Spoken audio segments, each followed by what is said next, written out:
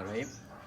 এটি হচ্ছে প্রাচীন বাংলার ঔপনিবেশিক শাসন আমলের প্রথম রাজধানী। প্রাচীন আমলের ঈশা আমলে এখানে 31টি ভবন নির্মাণ করা হয়, যার ধ্বংসাবশেষ আপনারা দেখতে পাচ্ছেন।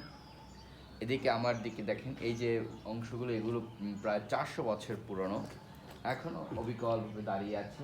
এটি ঈশা আমলে নির্মিত। আপনারা সবাই দেখতে আসবেন। এখানে আসলে ঘুরলে আপনার ইতিহাস সম্পর্কে আপনারা জানতে পারবেন, কেননা এই যে দেয়ালগুলো আপনারা দেখতে পাচ্ছেন এটি খুবই নান্দনিক, এবং এটি কিন্তু চুন এবং পাথরের মিশ্রণে ইট দিয়ে তৈরি।